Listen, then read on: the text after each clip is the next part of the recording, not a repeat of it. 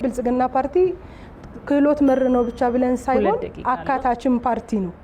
አካታች ፓርቲ ነው ስንል የትኛውንም የማህበረሰብ ክፍል የማይጥል በተለይ ደግሞ ሰፊውን የከተማችንን እንደ ሀገር ያሉትን ወጣትና ሴቶች ትልቅ ትርጉም ሰጥቶ ወደ ስራ የሚያሰማራ ኢኮኖሚ ተጠቃሚነታቸውን ብቻ ሳይሆን ፖለቲካልና ማህበራዊ ተጠቃሚነታቸውም እንዲረጋገጥ በደንብ አበክሮ እንደሚሰራ በደንብ መናገር እፈልጋለሁ።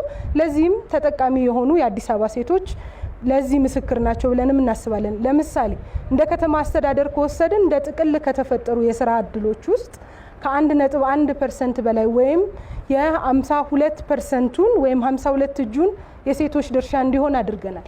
ይሄ ሲሆን በሚሰጠው የክህሎት መር ስልጠና ቴክኒካል ድጋፍ እንዲያገኙ አማራጭ የወጣቶች ላይ የስራ ልምምድ ላይ ስናስገባ ሴት ወጣቶችም እዛ ላይ እንዲሰማሩ የማድረግ እንደየትምህርት ደረጃቸው እንደየስራ ክህሎታቸው እንደየልምዳቸው እንደ ፍላጎታቸው እንዲሰማሩ በማድረግ ሂደት ሰፊ የሆነ ስራ ሰርተናል።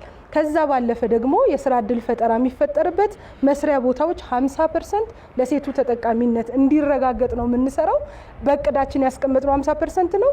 እስካሁን ከሰጠናቸው ወደ 27000 ለሚሆኑ ዜጎች ከሰጠነው የመስሪያ ቦታ ውስጥ 51% ሴቶች ተጠቃሚ ሆኑ።